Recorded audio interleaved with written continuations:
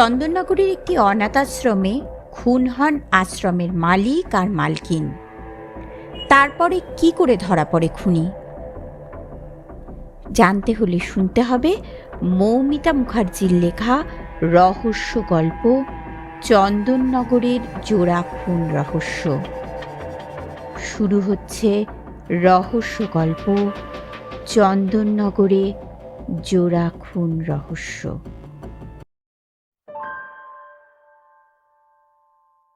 যখন প্রথম শুনলাম যে আমার চাকরি জীবনের প্রথম পোস্টিং চন্দননগরে হয়েছে, মনে মনে বেশ কিছুটা বিমর্ষ হয়ে পড়েছিলাম।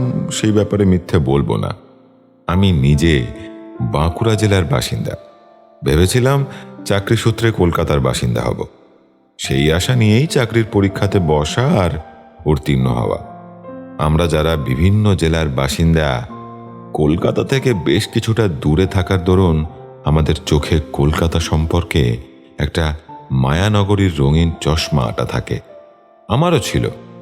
খালি মনে হতো, আহা, কলকাতায় যারা থাকে কত সৌভাগ্য তাদের, যখন তখন ন্যাশনাল লাইব্রেরি যেতে পারে, আরও কত সুযোগ সুবিধা চাইলেই হাতের মুঠোয়।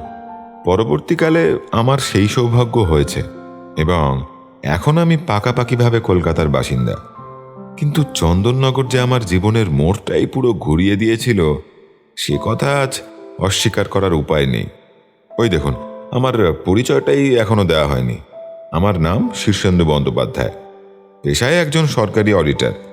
আমার কাজটা হলো যে সমস্ত অনাথ আশ্রমে সরকারি অনুদান যায়, রাজ্যের সেই সব অনাথ আশ্রমগুলো ঘুরে ঘুরে দেখা আর দেখে নেওয়া যে সরকারি অনুদান সেই সব আশ্রমে ঠিকঠাকভাবে কাজে লাগানো হচ্ছে কিনা, আর সেইখানকার বাসিন্দারা সঠিক সুযোগ সুবিধা পাচ্ছেন কিনা।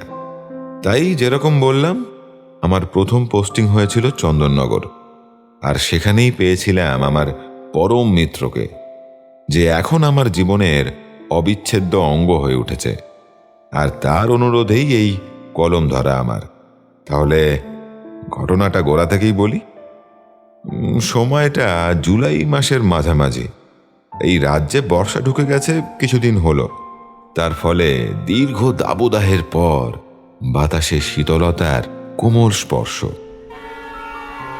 চন্দননগর স্টেশনে যখন নামলাম, তখন বেলা প্রায় শেষ হয়ে এসেছে। মেঘলা আকাশ, অবসন্ন বিকেল মনের বিষণ্ণতা আরও খানিক বাড়িয়ে তুলল। সে যাই হোক, স্টেশন থেকে বেরিয়ে একটা সাইকেল রিক্সা নিয়ে রিক্সা চালককে আমার গন্তব্য ভোরের দিশারি নামক অনাথ আশ্রমের নামটা বললাম। আমার সাথে জিনিস বলতে একটা ছোট্ট সুটকেস। তাকে ঠিকানা বলবো কিনা জিজ্ঞাসা করতে সে একগাল হেসে বলল, আরে না না বাবু, নাম বলবেন কি? এ হাতে তালুর মতো চেনা আমার এ জায়গা। অত ডিসা টিসা জানি না। আপনি বাবা মায়ের বাড়ি যাবেন তো? এক্ষুনি নিয়ে যাচ্ছি। আমি খানিক ব্যস্ত হয়ে বললাম, না না, আমি কোনো বাবা মায়ের বাড়ি যাব না, আমি একটি অনাথ আশ্রম খুঁজছি ভাই। এই দেখো, এই হলো আমার ঠিকানা। আর ঠিকানা দেখতে হবে নে বাপু, এখানে অনাথ আশ্রম বলতে এই একটি আছে। আমরা সেটিকে বাবা মায়ের বাড়ি বলেই চিনি। ওখানকার যারা মালিক মালকিন, ওনারা খুব ভালো মানুষ। বাবা মায়ের মতো আগলে রেখেছেন সব কটা বাচ্চাকে। তাই ওনাদের ওই জায়গাকে আমরা ওই নামেই ডাকি। আর চলুন, আপনাকে ঠিক জায়গায় পৌঁছে দিচ্ছি। মনের সংশয়কে দূরে সরিয়ে উঠে পড়লাম সেই রিক্সাতে। চার্চ রোড পেরিয়ে রিক্সা স্ট্যান্ড রোডে পড়ল। তখন অবশ্য রাস্তার নামটাম জানতাম না, থাকতে থাকতে সবটা জেনেছি। জোড়া ঘাটকে পাশে ফেলে রিক্সা এগিয়ে চলল সামনের দিকে। বেশ কিছুটা চলার পর চালকটি একটি বাড়ির সামনে রিক্সা থামালো। হাসি মুখে সে বলল, এই যে বাবু, এসে গেছে আমাদের বাবা মায়ের বাড়ি। আমি দেখলাম একটা দোতলা বাড়ি, কিন্তু বাড়িটা বেশ পুরনো হয়েছে, রঙও চটে গিয়েছে। জায়গায় জায়গায় সব পলেস্তরা খসে পড়েছে। এক কথায় বাড়িটি যে বেশ পুরনো, কয়েক দশকের স্মৃতি বহন করছে সেটা বোঝা যায়। ভাড়া মেটাতে মেটাতে চালককে জিজ্ঞাসা করলাম, এই এই বাড়িটা বেশ পুরনো মনে হচ্ছে, আর এই আশ্রমও তো অনেকদিন বলেই মনে হচ্ছে, নাকি? তা হ্যাঁ বাবু, সে তো বহুকাল আগের কথা। বছর 30 তো হবেই। এনারা খুব ভালো মানুষ, খুব নাম এনাদের এখানে। তা বাবু, আপনি এখানে কোনো কাজে এসেছেন? হ্যাঁ, সরকারি কাজে দেখতে এসেছি। এখানে সব কেমন কাজ টাজ হয় সেই অনুযায়ী অফিসে খবর দিতে হবে। বাবু, আপনি কিন্তু ভালো রিপোর্ট দেবেন, হ্যাঁ, আর যাতে এখানকার ছেলে পুলেগুলো একটু ভালো করে থাকতে পারে।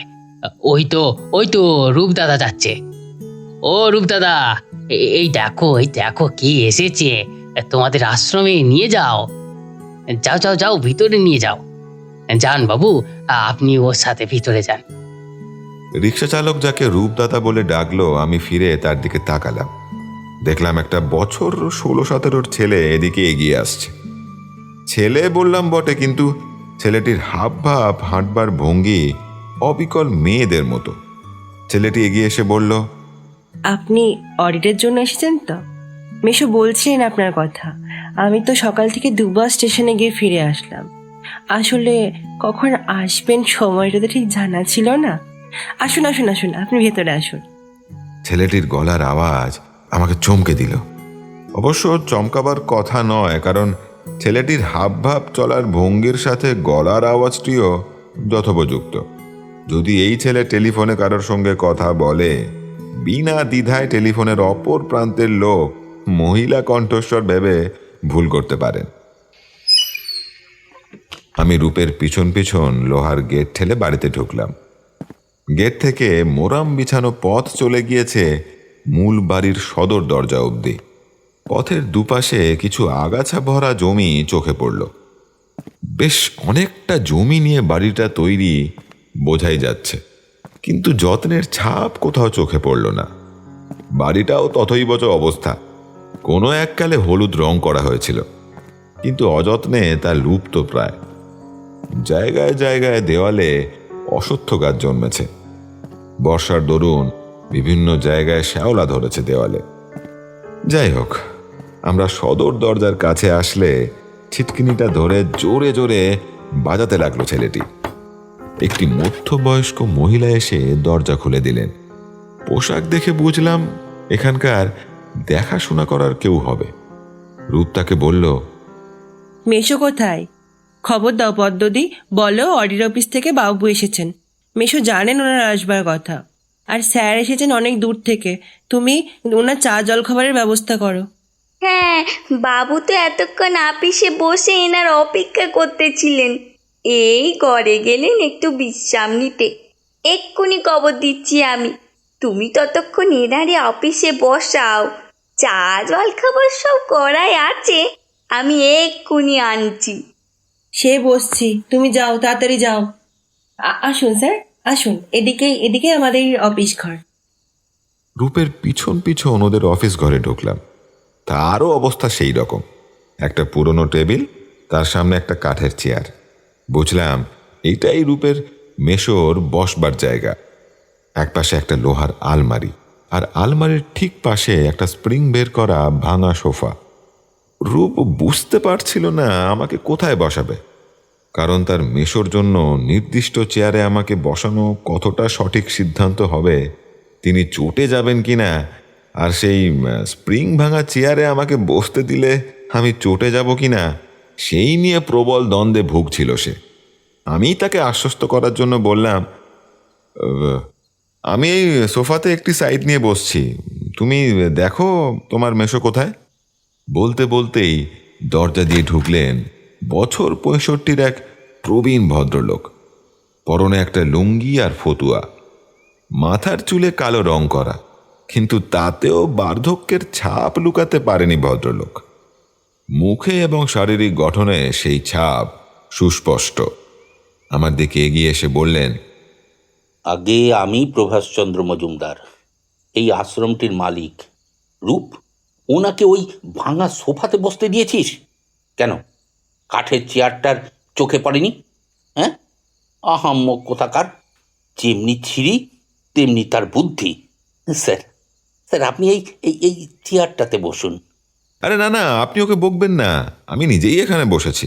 আর তাছাড়া আমি তো এখন দিন সাতেক আছি এখানে, কাগজপত্র সব চেক করব। সে তো সময় সাপেক্ষ ব্যাপার, বুঝতেই পারছেন। কাজেই আমাকে আপ্যায়ন করার অনেক সময় পাবেন প্রভাসবাবু। আচ্ছা, আজ আমি বেজায় ক্লান্ত। আমার থাকবার ব্যবস্থা কোথায় করেছেন একটু যদি দেখাতেন, তাহলে জামা কাপড় ছেড়ে একটু ফ্রেশ হওয়ার দরকার ছিল আর কি।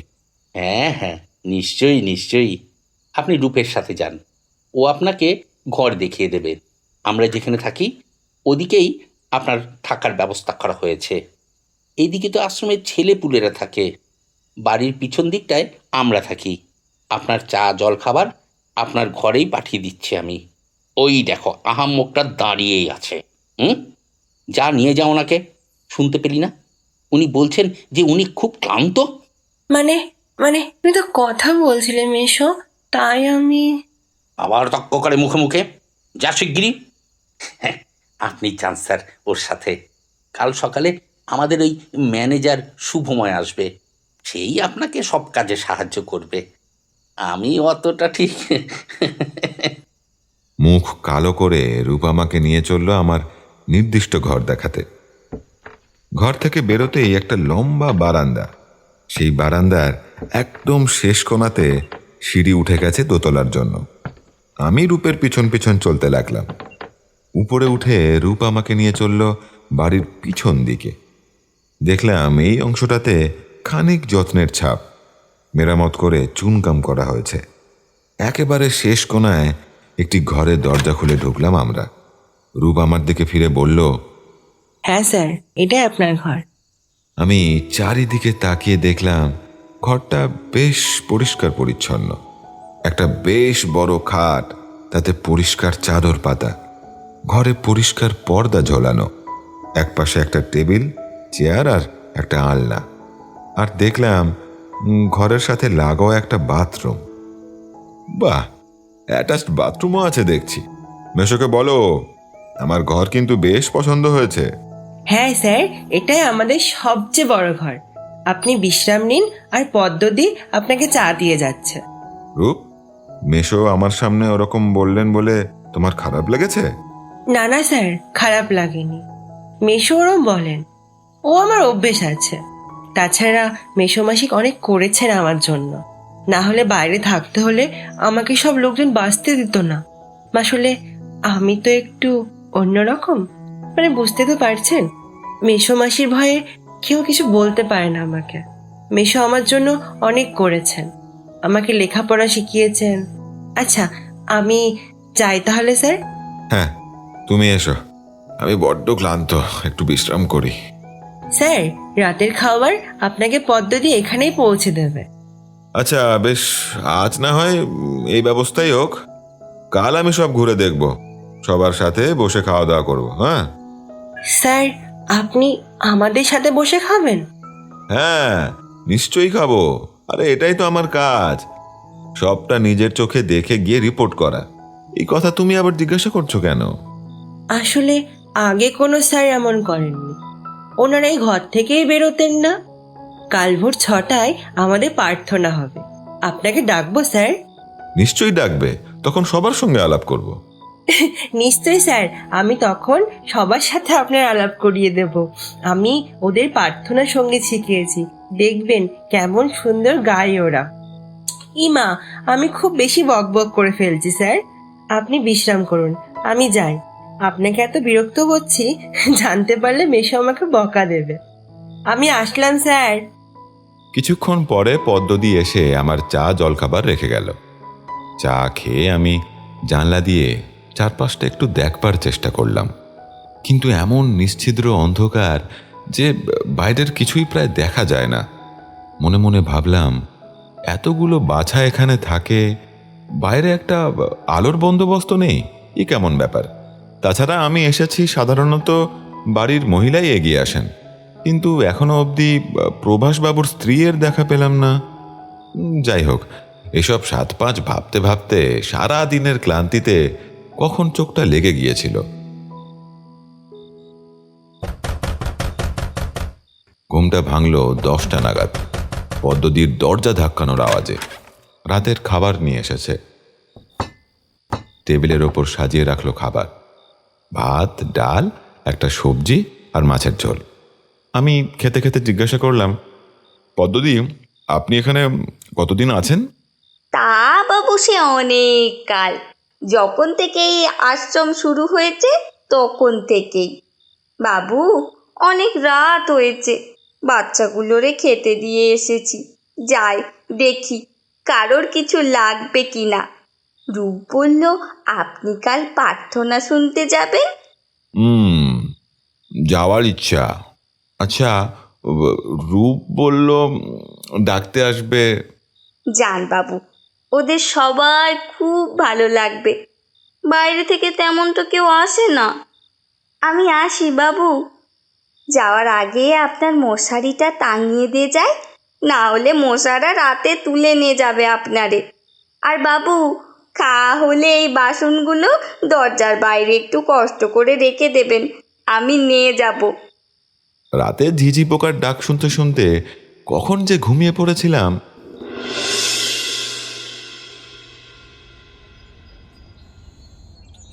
ঘুম ভাঙলো বেশ বেলা করে।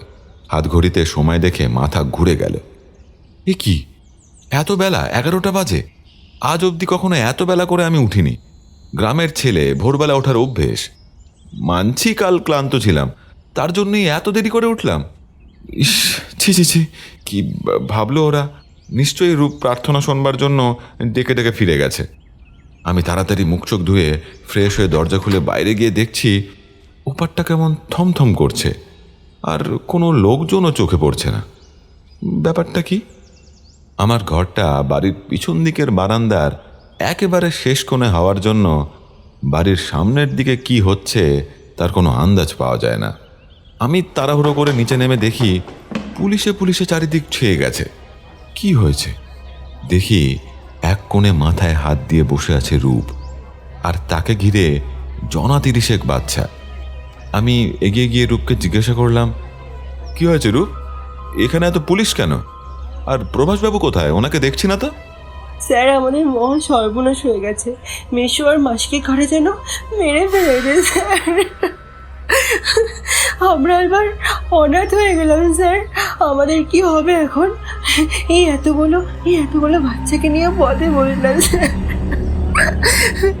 কি বলছো? কি মেরে ফেলেছে মানে? এমনই সময় রাশভারী চেহারার এক পুলিশ ইন্সপেক্টর এগিয়ে আসলেন আমাদের দিকে। আমার দিকে তাকিয়ে প্রশ্ন করলেন, কি ব্যাপার? আপনি কে? আপনি কি ম্যানেজার শুভময় ঘোষ নাকি? না, আমি সরকারি অডিটর। আমার নাম শীর্ষেন্দু বন্দ্যোপাধ্যায়। অডিট করতে কাল রাতেই আমি এখানে এসেছি। আজ থেকেই কাজ শুরু করার কথা আমার। এতক্ষণ আপনি কোথায় ছিলেন? সকাল থেকে এখানে কি হুলুস কাণ্ড? আপনার দেখা তো পেলাম না। আগে আমি কাল অনেকটাই পথ এসেছি, তাই পথশ্রমে ক্লান্ত হয়ে পড়েছিলাম, তাই উঠতে দেরি হয়ে গেছে। উঠে নিচে আসলাম, আর এসে দেখি এই কাণ্ড। ঠিক এমনই সময় দেখি একজন কনস্টেবল একজন লোকের কলার চেপে ধরে টানতে টানতে আনছে। স্যার, এই লোকটা কিন্তু বাড়ির পিছন দিকে ঘুরঘুর করছিল, তারপর দেখছি আবার রান্নাঘরের জানলা দিয়ে উকি মারছে। এই যে একদম ঘেঁটি ধরে টেনে এনেছি স্যার, এটাই মনে হচ্ছে খুনি। কনস্টেবল যাকে ধরে আনলো দেখলাম ছেলেটার বয়স আমার মতনই হবে। চোখে হাই পাওয়ারের চশমা, পোশাক কেমন যেন আলু থালু, কিন্তু হাই পাওয়ারের গ্লাসের মধ্যে থেকেও একটা বুদ্ধিদীপ্ত চোখ উঁকি মারছে। লোকটি হাউমাউ করে বলে উঠল, দেখুন না স্যার, আপনার লোকেরা আমাকে কেমন পাকড়াও করে আনলো, আমি কিছুই করিনি। মিথ্যা কথা বলছে স্যার, রান্নাঘরের জানলা দিয়ে উকিঝুঁকি মারছিল। কি ব্যাপার? কি আপনি এখানে কি করছেন? আর রান্নাঘরে জানলা দিয়ে উকি মারছিলেন কেন? স্যার, আমার নাম মিত্রাশিস বোস। আমি 12ই হাই স্কুলের বোটানি শিক্ষক। দেখলাম রান্নাঘরের জানালাতে একটা দুর্লভ জাতের মাশরুম হয়েছে, সেটাই কালেক্ট করছিলাম, আর আপনার লোক এসে আমাকে ধরে নিল। আপনি খোঁজ নিয়ে দেখবেন আমি সত্যিই শিক্ষক কিনা। আমি এরকম এদিক ওদিক ঘুরে বেড়াই এসব জিনিসপত্র সংগ্রহের জন্য। ছাত্রদের বোঝাতে সুবিধা হয় স্যাম্পেল পেলে। আরে, আপনি আর স্যাম্পেল খোঁজার জায়গা পেলেন না? জানেন এখানে কি হয়েছে? না তো স্যার, কিছুই জানি না। এটা তো একটা অনাথ আশ্রম, এটুকুই জানতাম। আজ দেখলাম পুলিশের ভিড়। এবারে আমার সেই দৃষ্টতা কোথায় যে আপনাকে আমি জিজ্ঞাসা করি কি হয়েছে এখানে। এখানে জোড়া খুন হয়েছে। কিভাবে খুনটা হলো স্যার? স্ট্র্যাঙ্গুলেশন মানে শ্বাসরোধ করে হত্যা, বুঝলেন? ভয়ঙ্কর ব্যাপার। খাটের উপরে কর্তা আর মাটিতে গিন্নি। ইয়ে বাবা স্যার, এত ভয়ানক ব্যাপার! আমি জানলে তো এ মুখো আমি হতামই না। এখন এসব বললে তো হবে না। এই মুখো যখন হয়েছেন আর রান্নাঘরে উকিঝুঁকি মারছিলেন যখন, তখন আপনাকে আমাদের সাথে থানায় যেতেই হবে। সবাইকে থানাতে নিয়ে চলো, ওখানেই জেরা পর্ব সারব। কিন্তু এত বেলা হয়ে গেল, এখনো তো ম্যানেজার শুভময় ঘোষের পাত্তা নেই কেন? স্যার, ওই পদ্ম বলছে যে সকালেই নাকি তাকে খবর দিয়েছে। সে বলল তো তখনই আসছে। এতক্ষণ তো হয়ে গেল স্যার।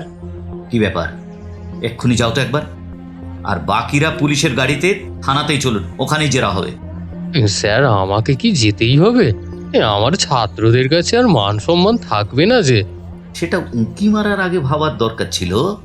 স্যার, একটা শুধু অনুরোধ ছিল। আহ, জ্বালালে দেখছি। কি অনুরোধ শুনি? এসব রক্তকে ভয় ছিল বলেই গাছপালা নিয়ে লেখাপড়া করেছি স্যার। কোনোদিনও এসব সামনে থেকে দেখিনি। একটু যদি দেখতে দিতেন, জীবনে একটা শখ অন্তত পূর্ণ হয়ে যেত। দুটো ডেড বডি আবার দেখার কি আছে শুনি? Please sir. আরে ওই তো ওখানে শোয়ানো আছে, অ্যাম্বুলেন্সে ওঠানো হবে, যান দেখে নিন। ধন্যবাদ স্যার। বলে এই লোকটা দৌড়ে ওই মৃতদেহ দেখতে চলে গেল। কৌতূহলবশত আমিও তার পিছন নিলাম, কারণ লোকটা যা বলছে তার সঙ্গে তার চোখের দৃষ্টি একেবারেই মানানসই হচ্ছে না। চোখের মধ্যে একটা অদ্ভুত দীপ্তি খেলা করে বেড়াচ্ছে। যাই হোক, সে ডোমের সঙ্গে কথা বলে দুটো মৃতদেহের উপর থেকে চাদর সরালো। ভাগ্যিস ইন্সপেক্টর অন্য কাজে ব্যস্ত, না হলে নির্ঘাত তেরে আসত। তারপর সেই অদ্ভুত চোখে তীক্ষ্ণভাবে দুটো মৃতদেহ নিরীক্ষণ করতে লাগলো। মিনিট 5 ধরে দেখার পর সরে আসলো সেখান থেকে। আমি তাকে জিজ্ঞাসা করলাম, এত মনোযোগ দিয়ে কি দেখলেন শুনি? হ্যাঁ, এই নাকি আপনার এসব সহ্য হয় না, যার জন্য গাছপালা নিয়ে পড়াশোনা করছেন? না, আসলে প্রথমবার খুন দেখলাম, তাই আর কি, নেহাতি কৌতূহল আর কি। তা আপনি বুঝি এখানেই থাকেন? না না, আমি অডিটের কাজে এসেছিলাম কাল সন্ধ্যাবেলা, আর আজ এই কাণ্ড। তা আপনি যে এই নিরীক্ষণ করলেন, কি বুঝলেন? আমাকে কিছু বলা যায়? আমি আর কি বুঝবো বলুন? ও ইন্সপেক্টর নিশ্চয়ই বুঝবেন। তাও শুনি না, কি বুঝলেন? হত্যাকারী একজন নয় জানেন, 3 জন। 2 জন হাত চেপে ধরেছিল আর একজন কাজ ছেড়েছে। গলাতে আঙুলের দাগ নেই, খুব সম্ভবত বালিশ চাপা দিয়ে কাজ সেরেছে, কিন্তু হাতের কবজিতে আঙুলের ছাপ আছে, আর সেই ছাপ একজনের হতে পারে না। দুদিক থেকে 2 জন ধরেছে। বাবা, আপনি এইটুকু সময় দেখে এত কিছু বুঝে গেলেন? আপনাকে তো নজরে রাখতে হচ্ছে মশাই। এই আরে, আস্তে আস্তে আস্তে কথা বলুন। ইন্সপেক্টর এসব শুনলে আর দেখতে হবে না। আপনি আসছেন তো থানাতে জেরার জোরে জোরবার হতে? হ্যাঁ, এসে যখন পড়েছি যেতে তো হবেই। চলুন যাই। কথা বলে তাহলে আমি অফিসে জানাই যে আজই ফিরে যাব কলকাতায়। আপনাকে বোধহয় এখন যেতে দেবে না পুলিশ, কারণ আপনিও তো এখন সন্দেহের ঊর্ধ্বে নন। কি যে মুশকিলে পড়লাম! সকলকে নিয়ে পুলিশের গাড়ি চলল থানাতে। এই অভিজ্ঞতাও যে জীবনে কখনো হবে সেটা ভাবিনি। যাই হোক, যখন সকলকে নিয়ে গিয়ে ইন্সপেক্টর একটা ঘরে বসালেন, ঠিক এই মুহূর্তে কনস্টেবল এসে শোনালো, স্যার, ওই ম্যানেজার শুভময় ভেগেছে, কোথাও নেই, পালিয়ে গেছে। সে কি, তাহলে প্রাইম সাসপেক্ট ওই? চারিদিকে লোক পাঠাও, আশেপাশে থানাতে ইনফর্ম করো। বেশি দূরে যেতে পারিনি বুঝলে। হাওড়া স্টেশন, বাস স্টপ, সব জায়গায় চিরুনি তল্লাশি করতে হবে। শিগগিরই যাও। তার আগে তো একটা ফটো লাগবে ম্যানেজারের। এই ছেলে, তোমাদের ম্যানেজারের কোনো ফটো আছে? হ্যাঁ স্যার আছে, এই 26শে জানুয়ারি পতাকা উত্তোলনের সময় তোলা। অফিস ঘরে রাখা আছে, টেবিলের ডয়ারে। যাও, শিগগিরই যাও, ফটো নিয়ে সব জায়গায় সেটা পাঠাও। ওই খুনি, ওকে ধরলেই কেস মিটে যাবে। ঠিক এমনই সময় খানিক গলা খাঁকড়ে মিত্রাশিস বলে উঠল, স্যার, একটা কথা ছিল। আহ, এ তো মুশকিল। আবার কি হলো? কি কথা? বলছি স্যার, কেসটা বোধহয় এতটাও সহজ নয়। খুনের সাথে আমার আন্দাজ 1-এর অধিক লোক জড়িত। সেটা 2 জনও হতে পারে, আবার 3 জনও হতে পারে। আচ্ছা, আপনি সব বুঝে বসে আছেন দেখছি। হ্যাঁ, তা আপনার এই অবান্তর অনুমানের কারণটা কি শুনি? আপনি সম্ভবত লাশটাকে খুব ভালো করে দেখেননি। দুজনের গলাতে কোনো হাতের ছাপ না থাকলেও হাতের কবজিতে স্পষ্ট আছে। কাজেই একজন অথবা একাধিক লোক হাত চেপে ধরেছিল, আর একজন কাজটা সেরেছে। ফরেন্সিকে তো পাঠাবেন, মিলিয়ে নেবেন আমার কথাটা। খুব বেশি বুঝে গেছেন দেখছি, হ্যাঁ? আর একটা কথা বললে সোজা হাজতে পূর্ব বলে রাখলাম। কয়েক মিনিট লাশ দেখে উনি সব বুঝে গেছেন। স্পষ্ট বুঝতে পারছি খুনি ওই ম্যানেজার। ফোন করে টাকা পয়সা গয়নাগাটি নিয়ে ভেগেছে। কত কি ছিল সেটাও তো জানা যাবে না। তিনকুলেদের কেউ তো নেই। ভাবছি আর জেরা টেরা করে লাভ নেই। কতগুলো বাচ্চা ওখানে একলা আছে। যান আপনি আপনি আপনি পদ্ম, ফিরে যান আপনি। আর এই যে শীর্ষেন্দুবাবু, আপনিও যান। তবে এখন এই জায়গা ছেড়ে যাবেন না কয়েকদিন। আর ওই ছেলেটিকেও আর আসতে হবে না। উনি যখন পেয়ে গেছি। বাঁচালেন গো স্যার। ছেলে মেয়েগুলো সকাল থেকে পেটে কিছু পড়েনি, এখন গিয়ে একটু ভাত ফুটিয়ে দিই গে। স্যার, এসে যখন পড়েছে জেরাটা সেরে নিলে হতো না? এবার এটাকে গারদে পড়বো। এই কে আছিস রে? নিয়ে যা তো এটাকে, মাথা চিবিয়ে খাচ্ছে। না না স্যার, আমাকে গারদে ভরবেন না, বড্ড ভয় করে আমার। একটু যদি এই দিকে আসতেন, একটা জিনিস আমি দেখেছি সেটা বলতাম। আবার কি সাহস তো কম নয় আপনার। আমাকে আবার সাইডে ডাকছেন? Please sir. মিত্রাশিসকে নিয়ে ইন্সপেক্টর পাশের ঘরে গেলেন। মিনিট 5 পরে ফিরে আসলেন। তারপর মিত্রাশিসের দিকে তাকিয়ে কড়াভাবে বললেন, আচ্ছা, এসব অবান্তর কথা বলার জন্য আমার 5 মিনিট সময় নষ্ট করলেন, হ্যাঁ? তবে আমি ভেবে দেখলাম জেরাটা একবার সেরেই নি। আরে ওই তো ছেলেটি ফিরে এসেছে। ফটো দিয়েছে তো? আগে হ্যাঁ স্যার। স্যার, সত্যিই কি শুভময়দা খুন করেছেন আমাদের মাসিমেশকে? আমাদের এখন কি হবে স্যার? তোমরা তো সরকারি অনুদান পাও, দেখা যাক কি করা যায়। তাহলে তোমাকে দিয়েই শুরু করি। এবার বলো তো, সকালে ঠিক কি হয়েছিল? তুমিই তো শুনলাম প্রথম লাশ দেখেছো। হ্যাঁ স্যার, প্রত্যেক দিন ভোর 6টার সময় আমাদের প্রার্থনা সঙ্গীত হয়। আমি 5:30টায় গিয়ে মেশো আর মাসিকে ঘুম থেকে ওঠাই। আজ সেরকমই ডাকতে গেছি। দরজায় ধাক্কা দিতেই দেখলাম দরজাটা খুলে গেল। আমি ভাবলাম হয়তো মেশো অথবা মাসি কেউ উঠে গেছে। ঘরের ভেতরটা অন্ধকার ছিল, বুঝতে পারিনি প্রথমে। তারপর বাতি জ্বালতেই দেখি খাটের ওপরে মেশো আর মেঝেতে মাসি পড়ে আছে। ঘরের আলমারিটা ভাঙা, সব জিনিসপত্র ছড়িয়ে পড়ে আছে। উফ, কি বীভৎস দৃশ্য! তারপর আমি পদ্মদিকে গিয়ে খবর দিই। সকলকে চমকে দিয়ে মিত্রাশিস বলল, আশ্রমের বাচ্চারা তখন ঘুম থেকে ওঠেনি? তুমি তো নিশ্চয়ই ওরকম দৃশ্য দেখতে পেয়ে খুব ভয় পেয়ে চিৎকার করেছিলে। এই, এখানে অফিসারটা কে, আপনি না আমি? হ্যাঁ, আপনার দুঃসাহস দেখে আমি স্তম্ভিত হচ্ছি। একদম চুপ থাকবেন আপনি। এই কথাটা আমিই জিজ্ঞেস করতে যাচ্ছিলাম। না স্যার, তখন কেউ ওঠেনি, ওরা পরে উঠেছে। অন্যদিন নিশ্চয়ই উঠে যায়, সেদিন উঠলো না কেন? আর রাতে কোনো রকম কোনো আওয়াজ পেয়েছিলে? উফ, সেটা তো বলতে পারবো না আমি। আগের দিন আসলে মেশো একটা ফুটবল ম্যাচের আয়োজন করেছিলেন।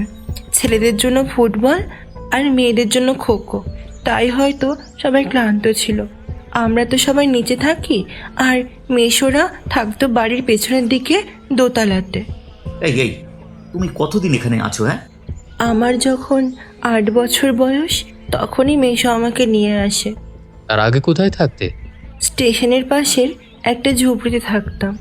মা মারা যেতে মেশো আমাকে নিয়ে আসে। এবারে অবাক হয়ে দেখলাম মিত্রাশিসের এই প্রশ্নে ইন্সপেক্টর আর তাকে কিছু বলল না।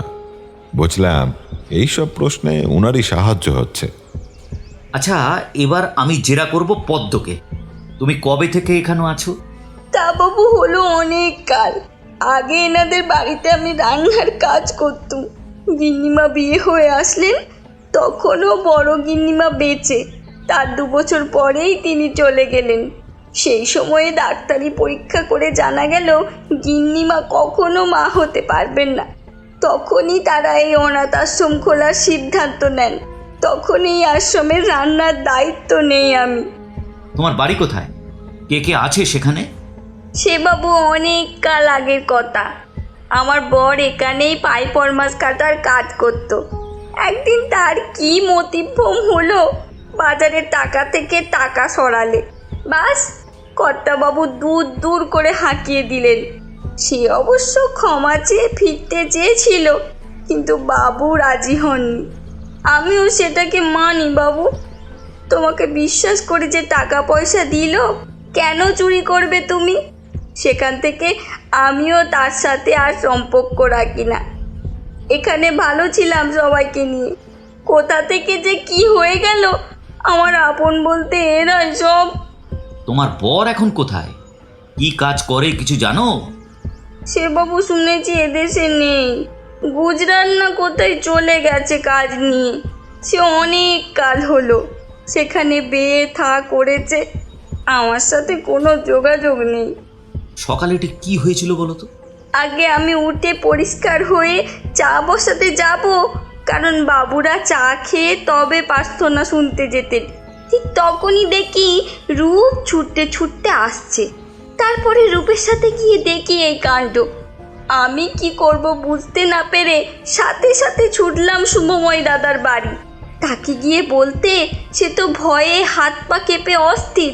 বলল, তুমি যাও পদ্মদি, আমি আসছি। বাড়িতে তো তখন এই অডিটর দাদা ছিলেন, তাকে না ডেকে অত দূর কেন ছুটে গেলেন? আগে উনি বাইরের লোক, ওনাকে ডাকলে কি ভাববেন তাই। সদর দরজা বন্ধ ছিল? আগে হ্যাঁ, আমি সেই দরজার খিল খুলি। ছাদের দরজা দিয়ে ঢুকেছে। ছাদের দরজার হুড়কোটা বেশ কয়েকদিন ধরে খারাপ হয়ে পড়ে আছে। আমি অনেকবার বাবুকে বলেছি, কিন্তু উনি গা করেননি। এই সর্বনাশ যে হবে কি করে জানবো? কয়েকটা টাকার জন্যে ওই রকম দেবতার মতো মানুষ দুটো খুন হয়ে গেল কি করে গো?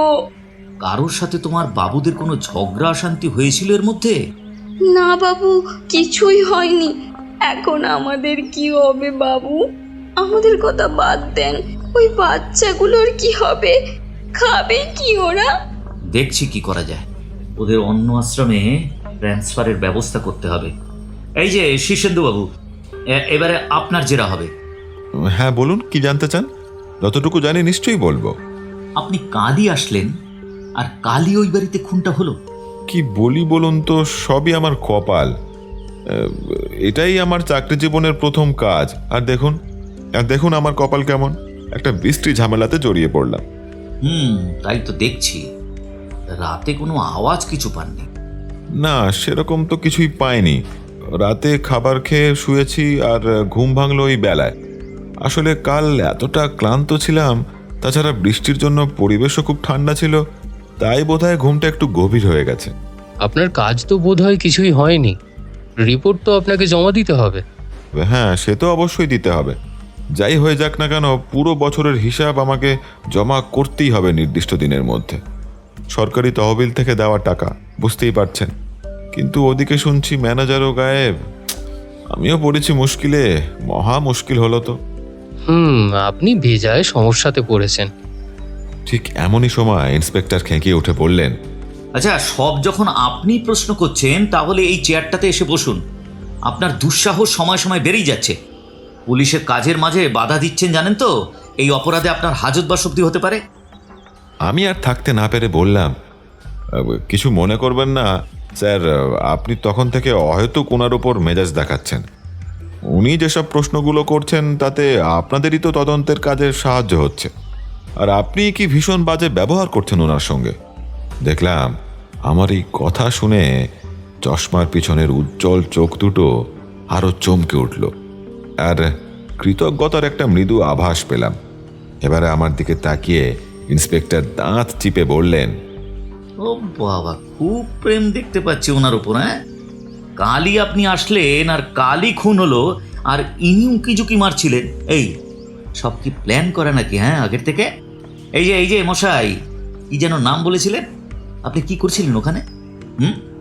আগে আমার নাম মিত্রাশিস, বললাম তো, বড়াই স্কুলের শিক্ষক আমি। আপনি লোক পাঠিয়ে খোঁজ নিন, আমি বসে আছি তো। আমি ওখানে এক ধরনের ছত্রাক কালেক্ট করতে গিয়েছিলাম। আগে একদিন গেছিলাম, তখন দেখে এসেছিলাম।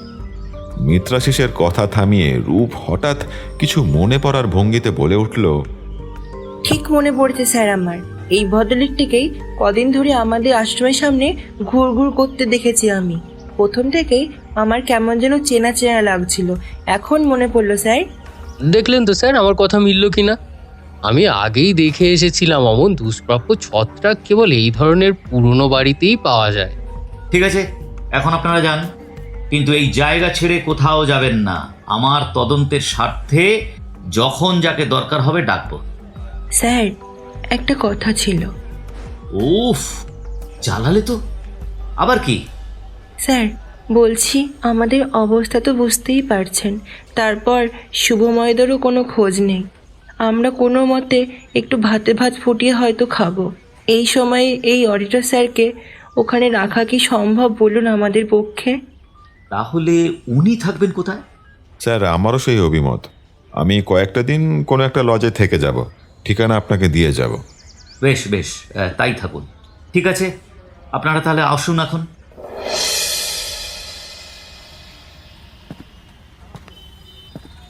রাস্তায় বেরিয়ে রূপকে বললাম, একবার তোমাদের ওখানে যেতে হবে বুঝলে। আমার স্যুটকেসটা ওখানে রয়ে গেছে, চলো তোমাদের সঙ্গেই যাই। হ্যাঁ নিশ্চয়ই চলুন, কিছু মনে করবেন না। বুঝতেই পারছেন আমাদের অবস্থা, না হলে আপনাকে ওখানেই থাকতে বলতাম। আরে না না, মনে করব কেন? আমি বুঝতে পারছি তোমাদের অবস্থা। একটা কেমন অনিশ্চিত জীবনের মধ্যে পড়ে গেলে তোমরা সবাই। আমি রূপ আর পদ্ধতি ওই আশ্রমের রাস্তা ধরেছি, দেখি মিত্রাশিস বেশ পা চালিয়ে আসছে আমাদের দিকে। আমাদের থেকে বোধহয় সামান্য পরে থানা থেকে সে বেরিয়েছে। আমার দিকে এগিয়ে এসে বলল, ভাই শীর্ষেন্দু, একটা কথা বলবো যদি কিছু মনে না করো। আমরা সমবয়সী হব, তাই আপনি আগে না করেই তুমিটাই ঠিক। তুমিও তাই করো। হ্যাঁ হ্যাঁ, কোনো অসুবিধা নেই। আর তুমি আমাকে শীর্ষ বলেই ডেকো, আমার বন্ধুরা তাই ডাকে। আর বলো, কি বলবে বলছিলে? বলছি, তুমি লজে না উঠে যদি এই অধমের বাড়িতে থাকো তাহলে কি খুব অসুবিধা হবে? আমি একলা মানুষ, 2 কামরার একখানা বাড়ি ভাড়া করে আছি। তোমার কোনো অসুবিধা হবে না আশা করি। আর তাছাড়া তুমি যেইভাবে ওই ইন্সপেক্টরের সামনে আমার জন্য রুখে দাঁড়ালে, আমার বেশ ভালো লাগলো ভাই। সেটা হলে তো ভালোই হয় ভাই। কতদিন যে থাকতে হবে বুঝতে পারছি না। আর পকেটের যা অবস্থা, কিছুদিন পরেই যে জবাব দেবে বুঝতেই পারছো। প্রথম চাকরি, খুব উপকার করলে তুমি জানো আমার। তা তোমার কোনো অসুবিধা হবে না তো? না না, তাই তো তোমাকে বললাম। ঠিক আছে চলো, তোমার সাথেই আমি যাই, তোমার মালপত্র নিয়ে আসি। না হলে তো তুমি চিনবে না আমার বাসগৃহ। সেটা অবশ্য কাছেই, ফ্রেঞ্চ কলোনি আছে তার কাছে। বাবা, এখানে এখানে ফ্রেঞ্চ কলোনি রয়েছে নাকি? ওই নামে ভায়া, 1-2জন ফরাসি ব্যক্তিও অবশিষ্ট নেই। ওই চার্চ রোড পেরিয়ে ফ্রেঞ্চ কলোনি, ওইখানেই আমার বাড়ি। চলো তাহলে যাওয়া যাক।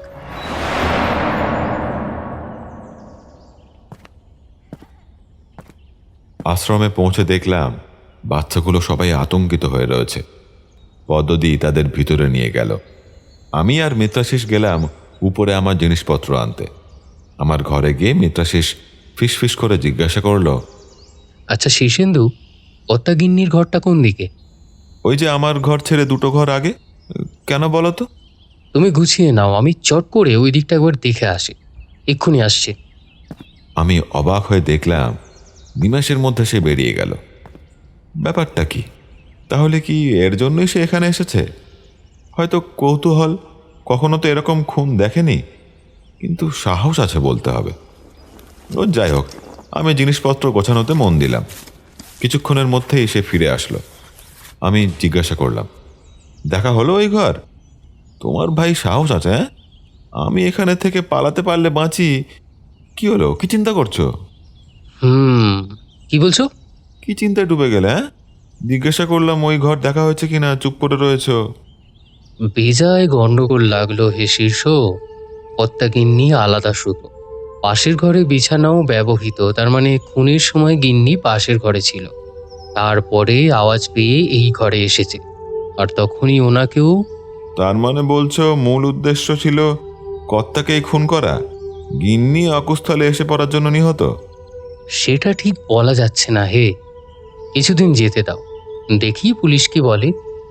এরকমও হতে পারে যে খুনির উদ্দেশ্য ছিল প্রথমে কর্তাকে মেরে তারপরে গিন্নিকে শেষ করবে। কথা বলতে বলতে খেয়াল করিনি কখন রূপ এসে দাঁড়িয়েছে দরজার সামনে। আমাদের চমকে দিয়ে সে বলল, আপনাদের হয়ে গেছে জিনিস নেওয়া? তাহলে আপনারা বেরিয়ে গেলে আমি সদর দরজাটা বন্ধ করব। আসলে সবাই খুব ভয় পেয়ে আছে, বাইরে পুলিশ মেতায়না রয়েছে তো। পুলিশ দেখে বাচ্চারা খুব ভয় পাচ্ছে, তাই সদর দরজাটা বন্ধ করে দেব আপনারা চলে গেলে। হ্যাঁ হ্যাঁ, আমার সব নেওয়া হয়ে গেছে। তোমাদের খাতাপত্তর হিসাব কোথায় থাকে কিছু জানো? না স্যার, ওসব তো শুভময় দাদা জানতো। সে যে কোথায় চলে গেল আমাদের ফেলে রেখে। তোমার কি মনে হয় রূপ, শুভময় এই খুন দুটো করেছে? তার সাথে প্রভাসবাবুর টাকা পয়সা নিয়ে কি কোনো বাচসা হয়েছিল? কিছু শুনেছো কখনো? টাকা পয়সা নিয়ে কিনা বলতে পারবো না, তবে কয়েকদিন আগে শুভময় দাদার সাথে মেশো আর মাসি কি নিয়ে ঝগড়া হচ্ছিল। আমাদের তো বাড়ির পেছনের দিকে দোতলাতে যাওয়া মানা, তাই ঠিকভাবে শুনিনি স্যার। আচ্ছা বেশ, তবে আমরা আসি। সাইকেল রিক্সা চেপে আমরা দুজনে মিলে চললাম মিত্রাশিসের বাড়ির উদ্দেশ্যে। জোড়াঘাট চার্চকে পিছনে ফেলে আমাদের রিক্সা এগিয়ে চলল। স্ট্যান্ড রোড, চার্চ রোড ছাড়িয়ে আমাদের রিক্সা এসে থামলো একটা সরু গলির সামনে। আমরা নেমে পড়লাম, কারণ এই রাস্তায় রিক্সা ঢুকবে না। আমার হাত থেকে সুটকেসটা নিয়ে মিত্রাশিস বলল, এসো ভাইয়া, এই গরিব স্কুল মাস্টারের ক্ষুদ্র কুটিরে তোমাকে স্বাগত। আরে করো কি করো কি, আরে কি করছো? দাও সুটকেসটা আমাকে দাও, আমি নিজেই বইতে পারবো। আরে চলো চলো, এটুকু নয় আমিই বইলাম। এসো, সাবধানে এসো। গলির ভেতরটা বৃষ্টির কারণে বেশ পিছল। আমি 2বার পিছল করে পড়তে পড়তে বেঁচে গেছি। তালা খুলে আমরা মিত্রাশিসের 2 কামরার ভাড়া বাড়িতে ঢুকলাম। বাসাটি ছোট্ট হলেও ছিমছাম। আমি ঘুরে ঘুরে বাড়িটা দেখতে লাগলাম। 2 ঘরে 2টো তক্তপোষ, 2টি কাঠের আলমারি, একটা ঘরে একটা ছোট লেখাপড়ার টেবিল আর একটা কাঠের চেয়ার। বেরিয়ে একপাশে রান্নাঘর আর বারান্দার একপাশে কলঘর। বেশ সুন্দর ব্যবস্থা। আমাকে একটি ঘর দেখিয়ে মিত্রাশিস বলল, শীর্ষ, এটা আমার ঘর আর পাশেরটা তোমার। একটু হয়তো অসুবিধা হবে, মানিয়ে নিও। আমার একটি চাকর আছে, সেই রাঁধাবাড়া করে ঘরের সব কাজকর্ম করে।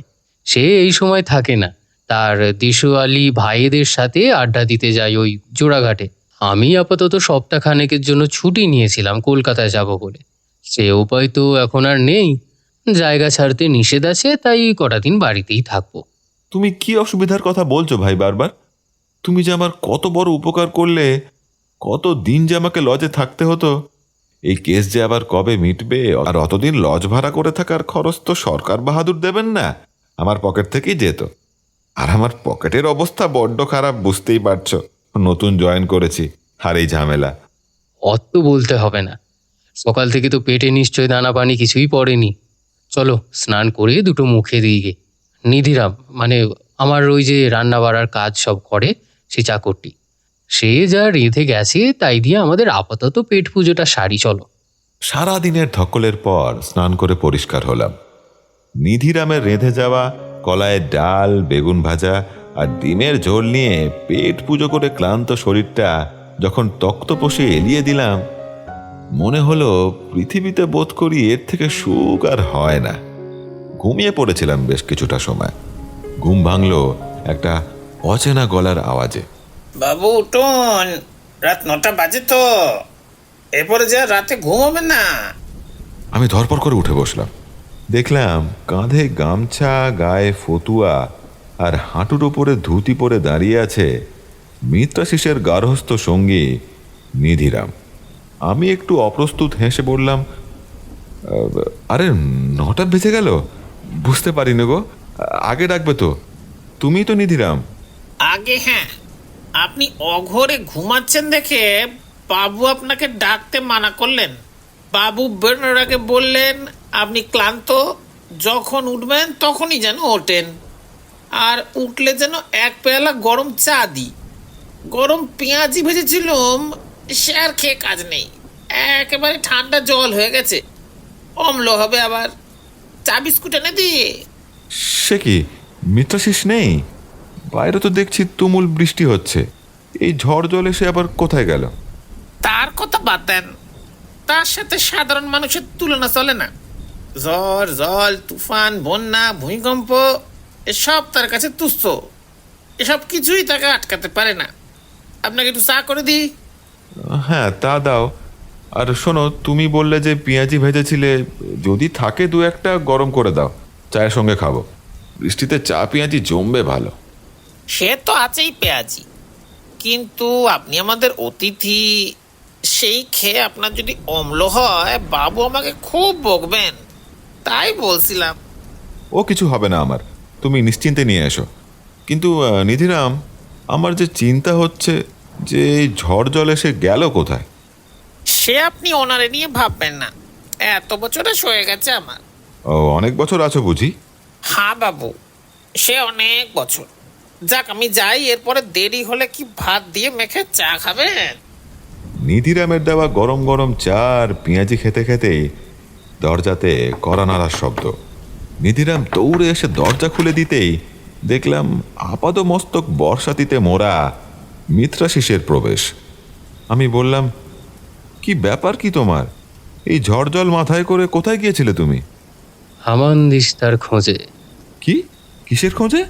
ওই নিধিরামের রান্নাবান্নার কাজের জন্য অসুবিধা হচ্ছে, তাই একটা হামানদিস্তা হলে ওর সুবিধা হয়, সেটা দেখতেই গিয়েছিলাম পাওয়া যায় কিনা। পেলাম না ভাইয়া, পেলাম না। হামানদিস্তা গায়েব, অথচ আমি দেখেছি সেটা ছিল আজ সকালেই। কি যে বলছো কিছুই তো বুঝতে পারছি না। যাও, তুমি যাও, পোশাক বদলে এসো। বর্ষাতিতেও বৃষ্টি মানছ না, একেবারে ভিজে গেছে তো, অসুখ করবে যে।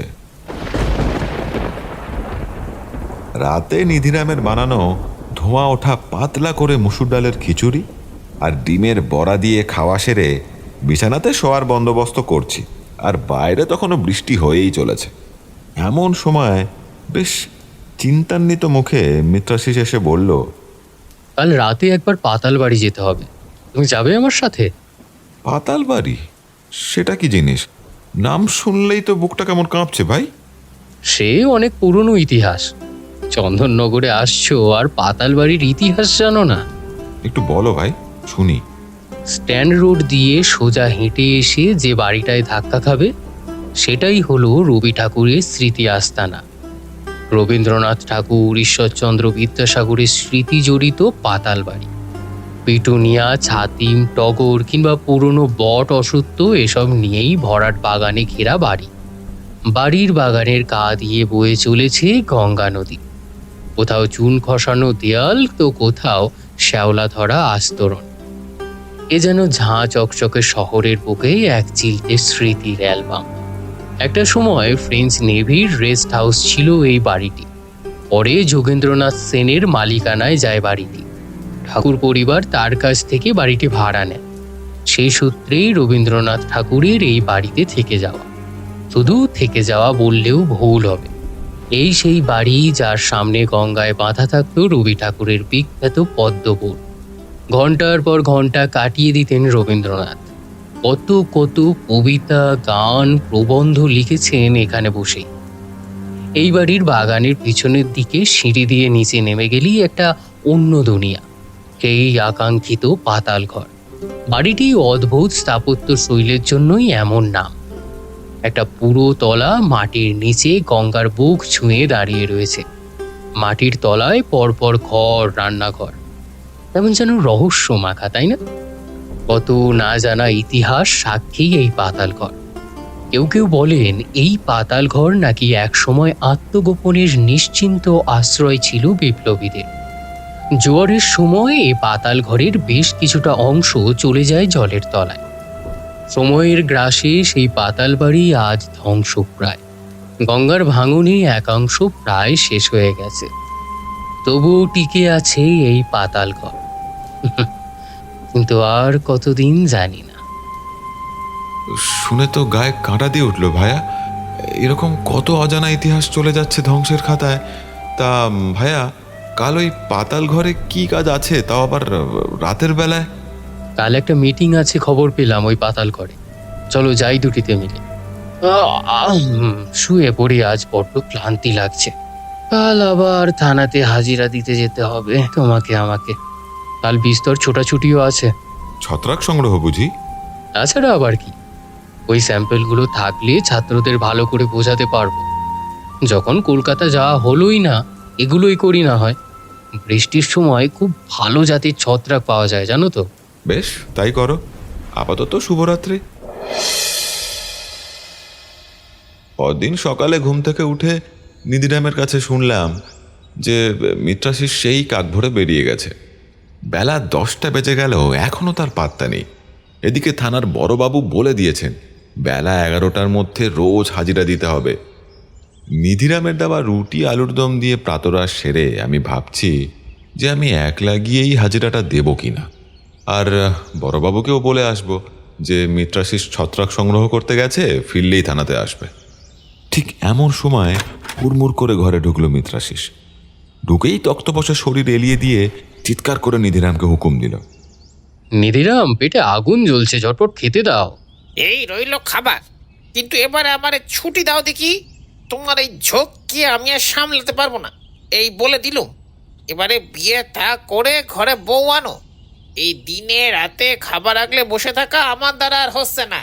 আরে নিধিরাম, বউ কি আর তোমার মতো যত্ন করবে হে? তুমি তো টোটাল প্যাকেজ, বুঝলে? বউ, অভিভাবক, আমার কাজের হেল্পার, সবটাই তো তুমি। তুমি ছুটি নিলে আমি যে অচল, তাই তোমার ছুটি ক্যান্সেল। বলো যা, কথার কি ছিরি। বলে নিধিরাম গজগজ করতে লাগলো আর তারপর রান্নাঘরের দিকে চলে গেল। এদিকে মিত্রাশিস গোগ্রাসে খাবার খেতে লাগলো। তাকে খানিক সুস্থির হতে সময় দিয়ে জিজ্ঞাসা করলাম, তো সাথে তো কোনো ছত্রাক দেখছি না, পাওনি নাকি? আর কোথায় কোথায় ঘুরলে সকাল থেকে? সেই তো নাকি কাক ভরে বেরিয়েছে শুনলাম নিধিরামের মুখে। খাবার শেষ করে ঢকঢক করে 1 গ্লাস জল পান করে তৃপ্তির একটা ঢেকুর তুলল মিত্রাশিস। তারপর বলল, স্টেশনে গেছিলাম গো। স্টেশনের পাশে যে বস্তিটা আছে ওখানে কাজ ছিল। খোঁজ পেয়েছিলাম, কিন্তু দেখলাম ভুল খবর। পেলাম না ছত্রাক। চলো এবার থানাতে যেতে হবে তো।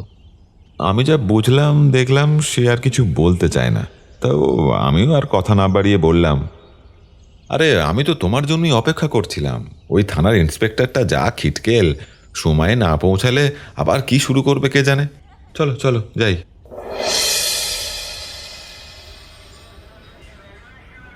এগারোটা বাজতে 5 মিনিট আগে আমরা থানাতে ঢুকলাম।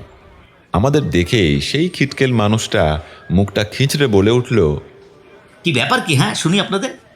11টা বলেছি বলে কি একেবারে 11টাতেই আসতে হবে? একটু আগে আসা যায় না? আজ একটা কাজ আটকে রয়েছে আপনাদের জন্য।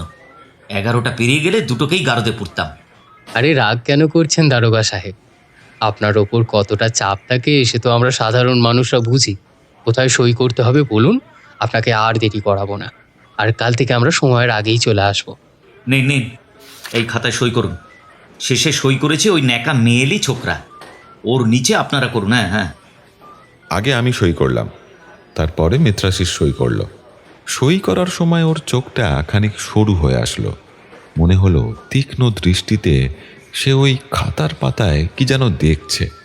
নিমেষের মধ্যে নিজেকে আবার স্বাভাবিক করে নিয়ে বলল, এই নিন, হয়ে গেছে সই। কাল সময় আসবো, দেরি করব না আপনার। কপাল ভালো থাকলে কাল আপনাদের হয়তো আসতে নাও হতে পারে। কেন, কি ব্যাপার? আজ খুনিকে ধরতে যাচ্ছি, বুঝলেন? মানে ওই শুভময় একটা লজে লুকিয়ে আছে, খোঁজ পেয়েছি, তাকেই আনতে যাচ্ছি।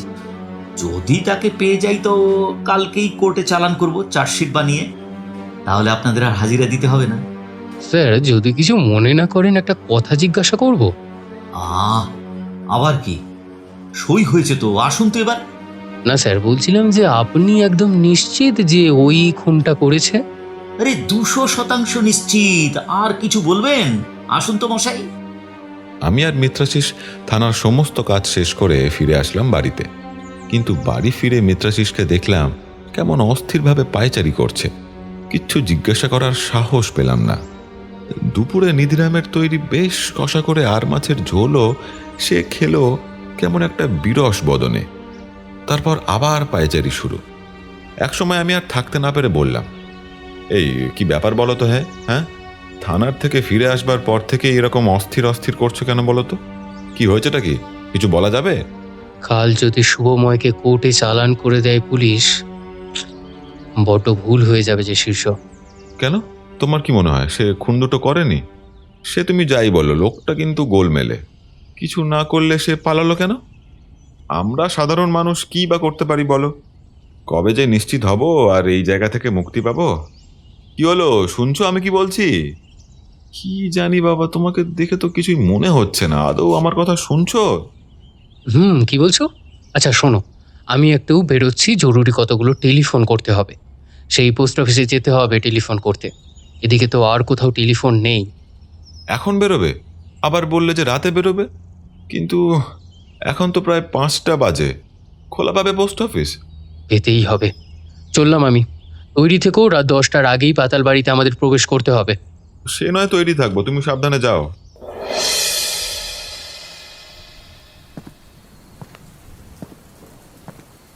মিত্রাশিসের সঙ্গে যখন পাতালবাড়ি পৌঁছালাম তখন রাত 11টা।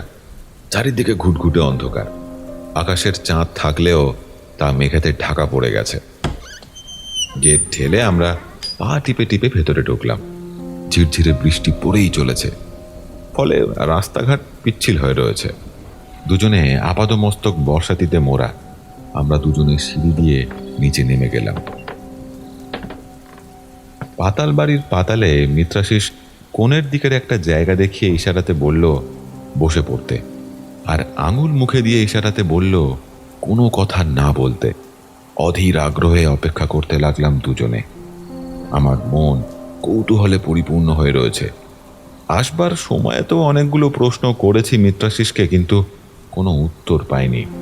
প্রায় আধ ঘন্টাখানেক অপেক্ষা করার পর দেখলাম একটা ছায়ামূর্তি এগিয়ে আসছে। সে এসে ঘরের মাঝখানে দাঁড়ালো। তার মিনিট 5 মধ্যেই আরেকটি ছায়ামূর্তির আবির্ভাব। আমি দ্বিতীয় ছায়ামূর্তিকে দেখে চমকে উঠলাম অন্ধকারে। তাকে বেশ চেনা যায়। বিস্ময়ে হয়তো মুখ দিয়ে আওয়াজ বেরিয়ে যেত, কিন্তু মিত্রাশিস আমার মুখ চেপে ধরল।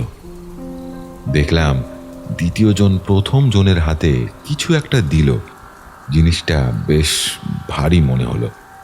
তারপর বেশ কিছুক্ষণ চুপচাপ দুজনে মিলে সেটি নিয়ে পাতাল বাড়ির ভিতরের ঘরের দিকে চলে গেল। কিছুক্ষণ পরে দুজনে ফিরে আসলো খালি হাতে। তারপর ধীরে ধীরে তারা বেরিয়ে গেল। বলাই বাহুল্য তারা দুজনেই পুরুষ, একজন আমার চেনা আর একজন অচেনা।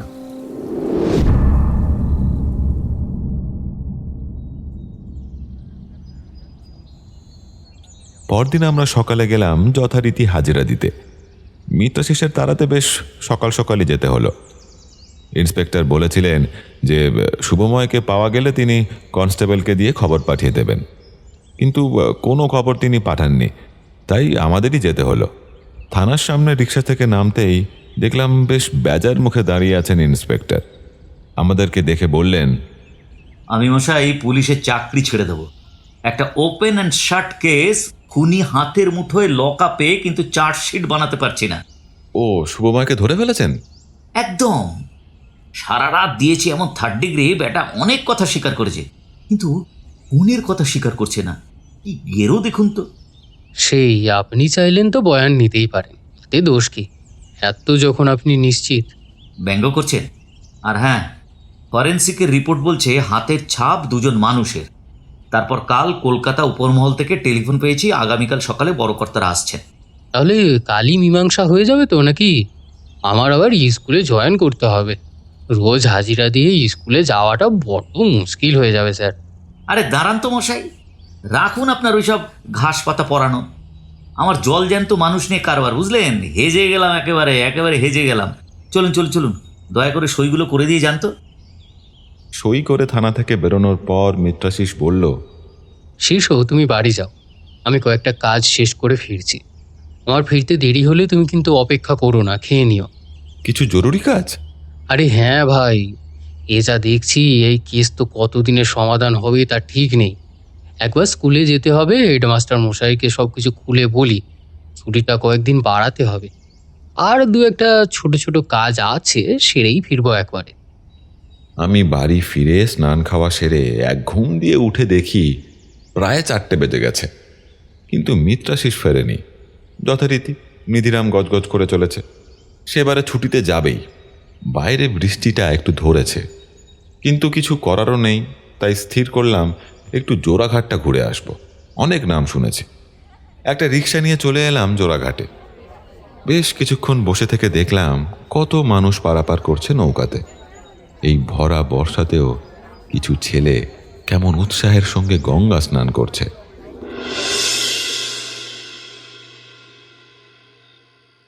বাড়ি ফিরে দেখলাম তখনও সে ফেরেনি। ফিরল তখন রাত 9টা বাজে, আর ঢুকেই বলল, শিশু, কালকের দিনটা খুব গুরুত্বপূর্ণ। আজকে কোনো প্রশ্ন করো না, আমি ভয়ানক ক্লান্ত। আমি ভোরবেলা বেরিয়ে যাব, তুমি ঠিক বেলা 11টার মধ্যে পৌঁছে যাবে ভোরের দিশারিতে। ওখানেই তোমার সাথে আমার দেখা হবে। বলে স্নান সেরে খাওয়া দাওয়া করে শুতে চলে গেল। আমি শুয়ে আকাশ পাতাল চিন্তা করতে লাগলাম। মিত্রাশিসের ব্যবহার কেমন যেন সন্দেহজনক। ও সেদিন কেনই বা উঁকি মারছিল? ওই জন্যই কি করে বা পাতাল বাড়ির ওই রাতের কথা, এই সব কিছু কীরকম গুলিয়ে যাচ্ছে। কতটুকুই বা চিনি আমি মিত্রাশিসকে? ওর ওপর ভরসা করা ঠিক হয়েছে তো? এসব ভাবতে ভাবতে যে কখন ঘুমিয়ে পড়লাম জানি না।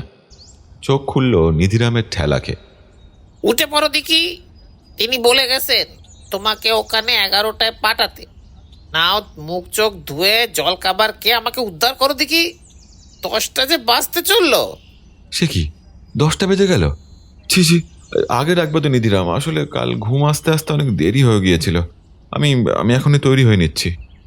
ঝড়ের গতিতে তৈরি হয়ে যখন ভোরের দিশারিতে পৌঁছালাম তখন বাজে বেলা 11:15। দেখলাম আশ্রমের বাইরে 2-3টে পুলিশের গাড়ি দাঁড়িয়ে রয়েছে, কিন্তু মিত্রাশিসের কোনো দেখা নেই। কিন্তু সে আমাকে ঢুকে যেতে বলেছে ভিতরে। আমাকে এরা ঢুকতে দেবেই বা কেন? গেটের বাইরেও পুলিশের মোতায়েন। আমি ঈশ্বরের নাম নিয়ে গেটের কাছে যেতেই সেই গেটে মোতায়েন করা পুলিশ গেট খুলে দিল, কোনো বাধা দিল না। বুঝলাম সেদিন বোধহয় এসেছিলাম তাই চিনে রেখেছে। ভিতরে ঢুকে দেখলাম যে সামনের দালানটায় বেশ কিছু মানুষ বসে রয়েছেন, কেউ চেনা আর কেউ অচেনা।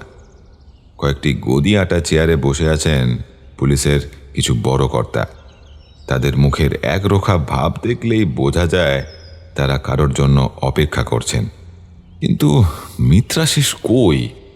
ঠিক এমনই সময় একজন বন্দীকে কোমরে দড়ি পরিয়ে নিয়ে আসলেন ইন্সপেক্টর। বুঝলাম ইনি সেই বিখ্যাত শুভময়।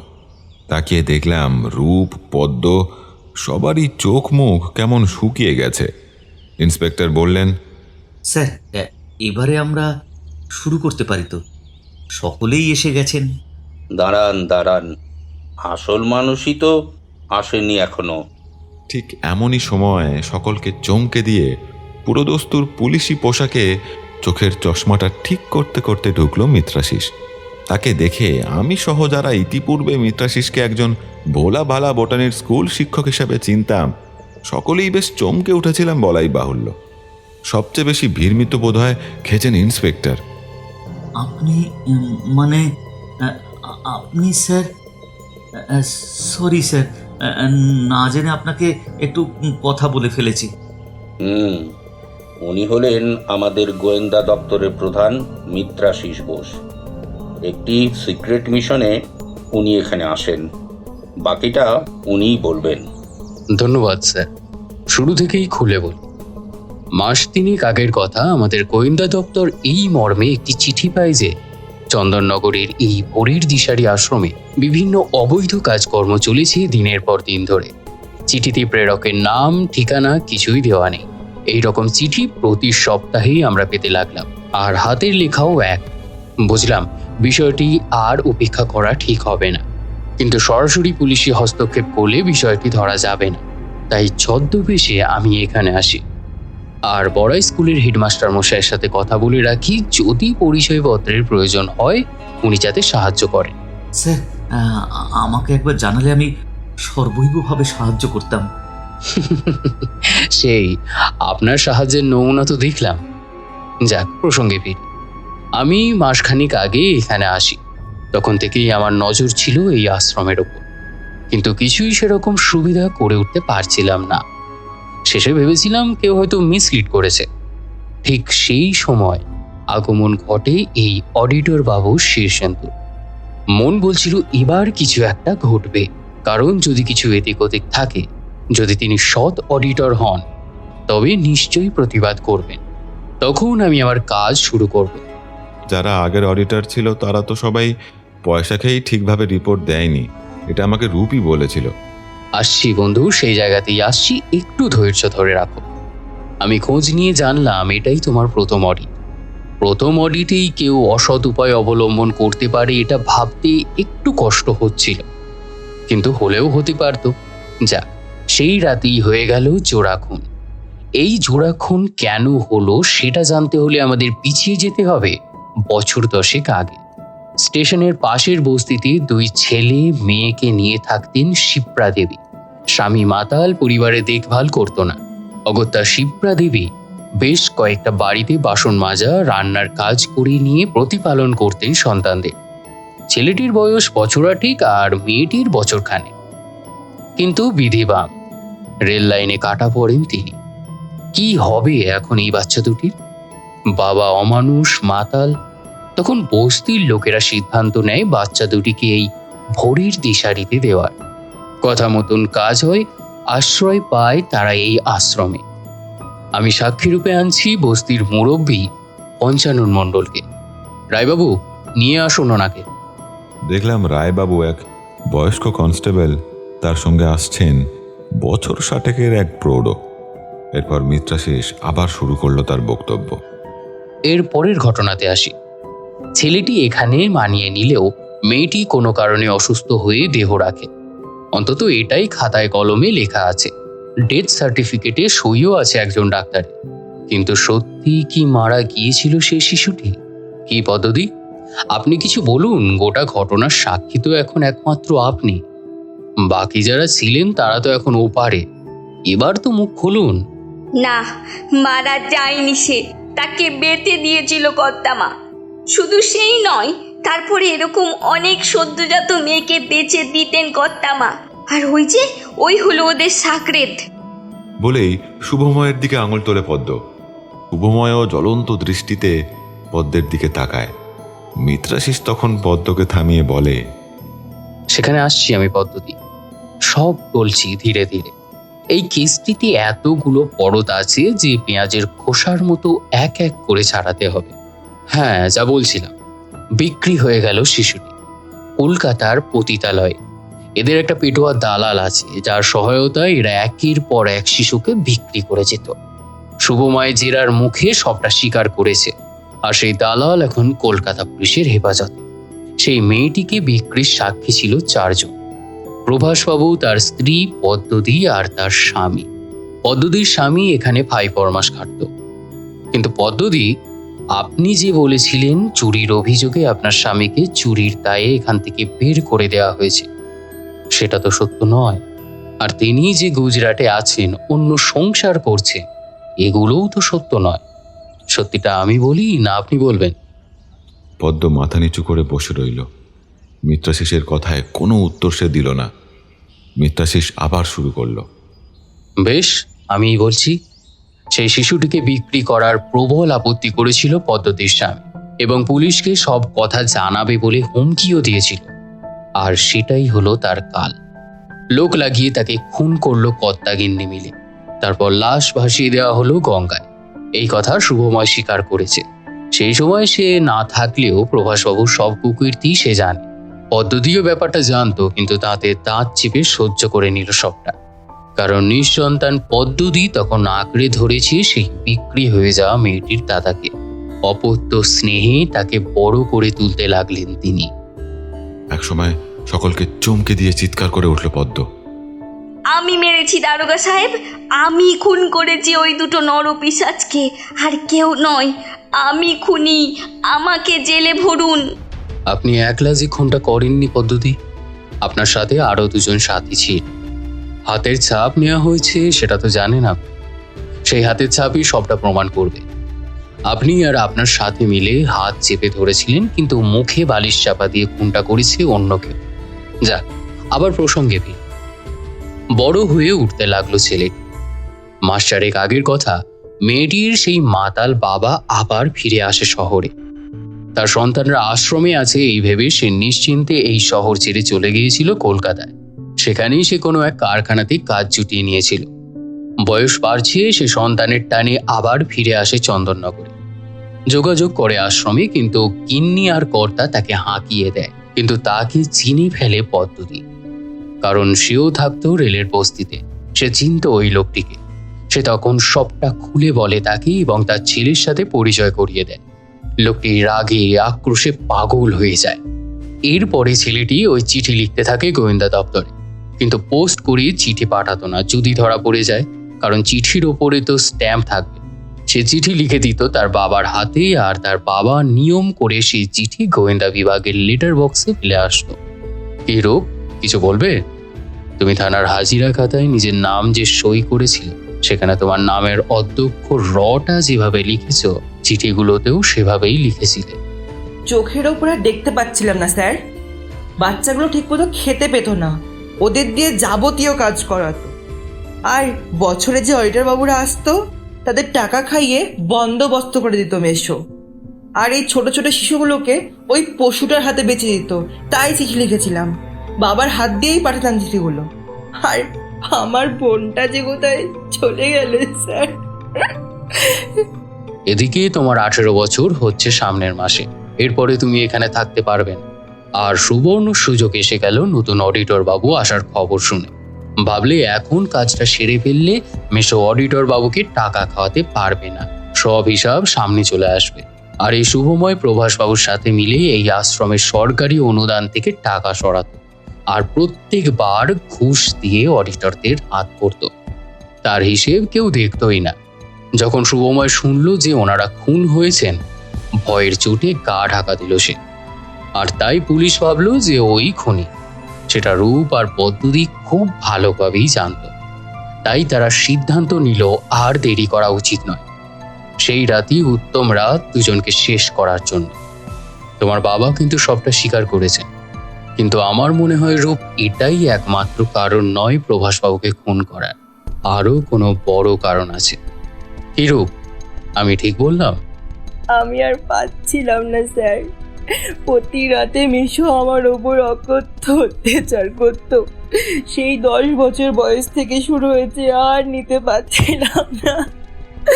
তাই সেদিন রাতে যেই আমার উপর ঝাঁপিয়ে পড়লো পিশাচটা, পদ্ধতিকে বলাই ছিল। বাবা আর পদ্ধতি মিলে পাটা চেপে ধরলো মেশোর। আমি করেছি ওই শুভ কাজটা, আর ওই একইভাবে মাসিকেও। একদম ঠিক করেছি স্যার, কোনো অনুশোচনা নেই তাই আমার। নে এবার কর অত্যাচার, গেছিস তো নরকে, গেছিস তো নরকে। প্রতি রাতে ছেলেটার উপর অত্যাচার করতো স্যার। ছেলেটা আমার কাছে এসে কাঁদতো, সারাটা শরীর আঁচড়ে কামড়ে শেষ করে দিত ওই জানোয়ারটা। আমি ওষুধ লাগিয়ে দিতাম, আর সহ্য করতে পারছিলাম না। ও রূপ আমাকে দিদি বলে ডাকলেও ওকে আমি বুকে করে মানুষ করেছি মায়ের মতন। কি করে সহ্য করি বলুন? আমি সেদিনই দেখেছি স্যার, স্বামী স্ত্রীর ঘর আলাদা। তখনই বুঝেছিলাম কিছু একটা গন্ডগোল আছে। কিন্তু নিজেরা কেন আইনকে নিজের হাতে তুলে নিলেন বলুন তো? সাদা দৃষ্টিতে দেখতে গেলে আপনারা সঠিক কাজ করেছেন। দুজন পৈশাচিক জঘন্য মানুষকে উচিত শিক্ষা দিয়েছেন। কিন্তু আমি তো আইনের লোক, এ কথা আমি বলতে পারি না। আমার হাতে সবটা থাকলে আপনাদের আমি গ্রেপ্তার করতাম না। কিন্তু আমি নিরুপায়। আর এই শুভময়ের চার্জশিট আমি নিজের হাতে বানাবো। ওর যাতে উপযুক্ত শাস্তি হয় সেটা আমি নিজে দেখব। এই বাচ্চাগুলোর কি হবে স্যার? ওদের কে দেখবেন? ওদের জন্য কলকাতায় খুব ভালো হোমের ব্যবস্থা করা হয়েছে। আমি নিজে গিয়ে ওদের খবর নেব। ইন্সপেক্টর দাস, নিয়ে যান ওনাদের। আর হ্যাঁ রূপ, ওই দালালকে জেরা করে তোমার বোন সহ সমস্ত মেয়েদের আমি উদ্ধার করব। এটা আমি তোমাকে কথা দিলাম। আর তাদের থাকবার জন্য ভালো ব্যবস্থাও করব। আমি নিজে তোমার বোনকে নিয়ে গিয়ে তোমার সাথে দেখা করাবো। তারপর জেল থেকে ছাড়া পেয়ে তোমরা সবাই আনন্দে একসাথে থাকতে পারবে, আমি কথা দিলাম। রূপ পদ্ম ইন্সপেক্টর দাসের সঙ্গে দরজার দিকে পা বাড়ালো। যাওয়ার আগে রূপ মিত্রাশিসের পায়ে ধরে হাউ হাউ করে কেঁদে ফেলল। রূপকে তুলে বুকে জড়িয়ে ধরল মিত্রাশিস, মাথায় হাত দিয়ে তাকে আশ্বস্ত করল। সারা জায়গা জুড়ে মৃত্যুর একটা নিস্তব্ধতা বিরাজ করছে। দেখলাম চশমার আড়ালে মিত্রাশিসের চোখ দুটো কেমন যেন ভিজে উঠেছে। বেশ খানিকক্ষণ পরে আমি নিস্তব্ধতা ভেঙে জিজ্ঞাসা করলাম, আচ্ছা মিত্রাশিস, তোমার প্রথম সন্দেহ কি করে হলো এদের ওপর? আর সেদিন পাতাল বাড়িতে রূপের সঙ্গে ওর আবার দেখা করার কথাও বা জানলে কি করে? আগের থেকেই আমি এই আশ্রমের ওপর নজর রাখছিলাম। যেদিন খুনটা হলো সেদিন আমি পুরো বাড়িটা একবার ঘুরে দেখছিলাম। বাড়ির একেবারে পিছনের দিকে রান্নাঘরের জানালার নিচেই একটা খালি ঘুমের ওষুধের শিশি পাই। ঘুমের ওষুধ দিয়ে কি হয়েছিল? এই যে তুমি আর আশ্রমের বাচ্চাগুলো অমন গভীর ঘুমে আচ্ছন্ন হয়ে পড়েছিলে, সেটা কি করে হলো? সেটা ওই ঘুমের ওষুধ তোমাদের রাতের খাবারে মিশিয়ে দিয়েছিল পদ্মাদি। আর যে হামানদিস্তা দিয়ে ওটা গুঁড়ো করা হয়েছিল, সেটাই পাচার করতে সেদিন বাবা ছেলে ওই পাতাল বাড়িতে দেখা করেছিল। ওই হামানদিস্তা পাতাল বাড়ির নিচের ঘর থেকে উদ্ধার করেছে পুলিশ। আমি সেদিন বাইরে চেরা একটা কাগজ পাই, সেই টুকরোগুলো জুড়ে দেখি তাতে লেখা আছে আজ রাতে পাতাল বাড়িতে। কিন্তু সেই লেখা আমার পরিচিত নয়। রূপের বাবা ওই চিরকুটটি পাঠিয়েছিলেন। যাক, আশা করি সবার কৌতূহলে নিবারণ করতে পেরেছি। তবে যাওয়া যাক, একটু পরেই গাড়ি এসে বাচ্চাগুলোকে ওদের নতুন বাড়িতে নিয়ে যাবে। যাক, এর থেকে বোঝা যাচ্ছে তুমি আমার যোগ্য সঙ্গী। চলো, ঝটপট চলো, গোছগাছ করে আমাদের এবার কলকাতা পাড়ি দিতে হবে। আমি আশ্রম থেকে বেরিয়ে মিত্রাশিসকে বললাম, কিছু মনে করো না ভাই, শেষের দিকে তোমাকে সন্দেহ করতে শুরু করেছিলাম আমি। মানে তোমার হাব ভাব তো আর বোটানি শিক্ষকের মতো লাগছিল না, তাই আর কি। নিধিরামকে বলাই আছে তোমার জিনিসপত্র ও গুছিয়ে রাখবে। আর শোনো, কলকাতায় আমার একটি বাড়ি আছে, সেখানে আমি আর নিধিরাম থাকতাম। আজ থেকে তুমিও আমাদের সঙ্গী হলে, তিনজনে মিলে বেশ জমবে, কি বলো? এতক্ষণ তোমরা শুনলে মৌমিতা মুখার্জির লেখা রহস্য গল্প চন্দননগরের জোড়া খুন রহস্য। বিভিন্ন চরিত্রে যারা রূপদান করেছেন তারা হলেন মিত্রাশিস এবং রিক্সা চালকের ভূমিকায় ছিল অতনু, শীর্ষেন্দুর ভূমিকায় ছিল প্রসূন, রূপ হয়েছে বিট্টু, পদ্মঝিয়ের চরিত্রে ছিল কমললতা, প্রভাসবাবু এবং বড়কর্তার চরিত্রে ছিলেন প্রভাসিস্তা, নিধিরাম হয়েছে প্রয়াস, ইন্সপেক্টরের ভূমিকায় ছিলেন তরুণ কান্তিদা এবং কনস্টেবলের চরিত্রে ছিল শুভ্রজ্যোতি। আমাদের পোস্টার করেছে ক্রিয়েটোম্যানিয়া, আবহ ও মিক্সিংয়ে ছিল দেবদত্ত। কেমন লাগলো আমাদের এই নিবেদন অবশ্যই কমেন্টস করে জানিও। আর যারা এখনও সাবস্ক্রাইব করোনি প্লিজ সাবস্ক্রাইব করে দিও। আচ্ছা, আরও আরেকটা গুরুত্বপূর্ণ কথা, যদি কেউ গল্প পাঠাতে চাও, ইতিমধ্যেই আমরা যদিও বেশ ভালোই রেসপন্স পাচ্ছি, অথবা ভয়েস ওভারের জন্য যোগাযোগ করতে চাও, তাহলে নিচের ডেসক্রিপশনে দেওয়া মেল আইডিতে যোগাযোগ করো।